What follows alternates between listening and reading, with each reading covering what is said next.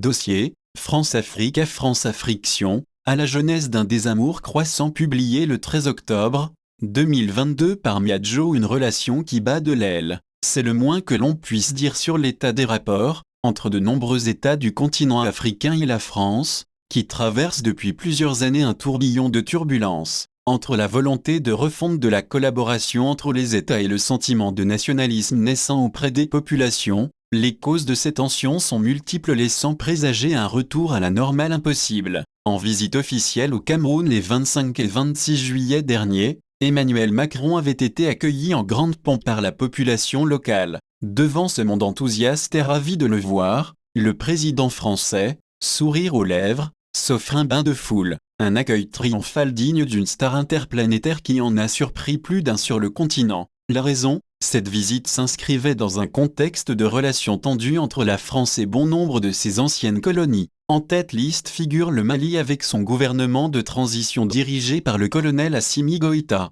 Les deux pays se livrent une bataille diplomatique sur la scène internationale marquée par des déclarations incendiaires. L'événement, qui a mis le feu aux poudres, et sans nul doute les sanctions infligées par la CEDEAO au Mali à la suite du deuxième coup d'État. Une décision mal vue par Bamako qui estimait que l'institution sous-régionale était instrumentalisée par le pays de Marianne. L'échec français dans la lutte contre le terrorisme. L'objectif est de nous présenter comme un paria, avec l'objectif inavoué et inavouable à court terme d'asphyxier l'économie afin d'aboutir pour le compte de qui l'on sait par procuration à la déstabilisation et au renversement des institutions de la transition, déclarait le Premier ministre malien Choguel Maïga. Une sortie qui laissait entendre que la France adoptait à nouveau une posture paternaliste rappelant la population au mauvais souvenir des périodes pré-indépendance. Mais la principale pomme de discorde entre les deux États reste la présence militaire française sur le sol malien. Ces soldats engagés dans la lutte contre le terrorisme depuis 2013 n'ont pas apporté grande satisfaction,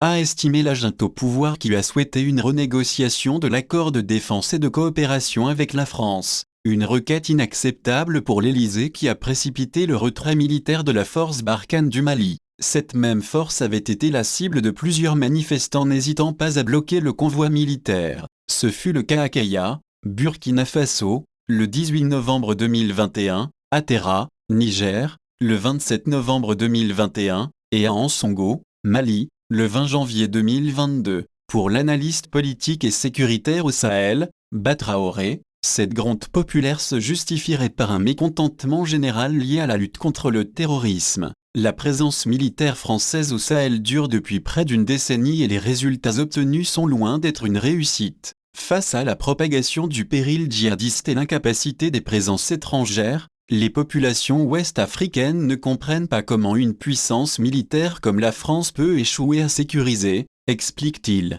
Le dernier comportement hostile à l'encontre de l'ancien colon a été enregistré au Burkina Faso suite au coup d'État survenu le vendredi 30 septembre dernier. L'ambassade de France était la cible de manifestants burkinabés, qui ont jeté des cocktails Molotov sur l'enceinte, bien décidés à se débarrasser de la présence française dans le pays. Une tendance de plus en plus forte au Sénégal tel un virus, ce sentiment anti-français semble s'être propagé à vitesse grand V dans la quasi-totalité des pays francophones de l'Afrique de l'Ouest. Même le Sénégal, qui est pourtant un allié historique de la France, ne fait pas exception. Le dessert tant vanté par le président Macky Sall des Français aux tirailleurs sénégalais n'est apparemment plus au goût du jour auprès de la population. Les souvenirs des événements de mars 2021 sont encore frais dans les mémoires. Les violentes manifestations, ayant émaillé à la suite de l'arrestation de l'opposant Ousmane Sonko, ont été l'occasion pour certains locaux de décharger leur bile sur les intérêts français.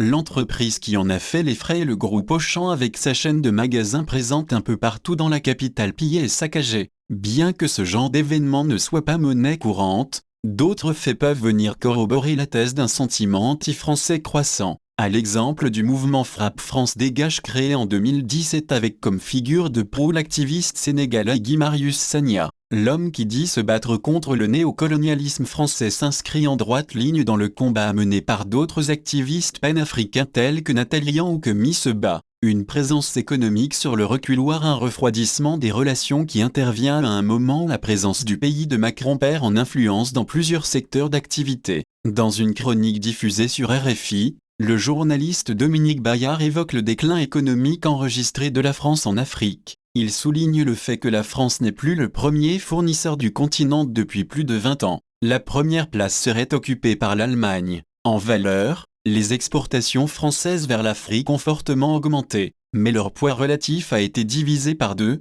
passant de 12% à 5% entre 2000 et 2021. Cette dilution est due à l'explosion de la demande des Africains, elle a été multipliée par 4, et à l'émergence de nouveaux concurrents. Depuis le début des années 2000, la Chine grignote de nouvelles parts de marché, elle détrône la France en 2007. La Chine s'arroge aujourd'hui 17% du marché continental, 3 fois plus que la France, a-t-il analysé.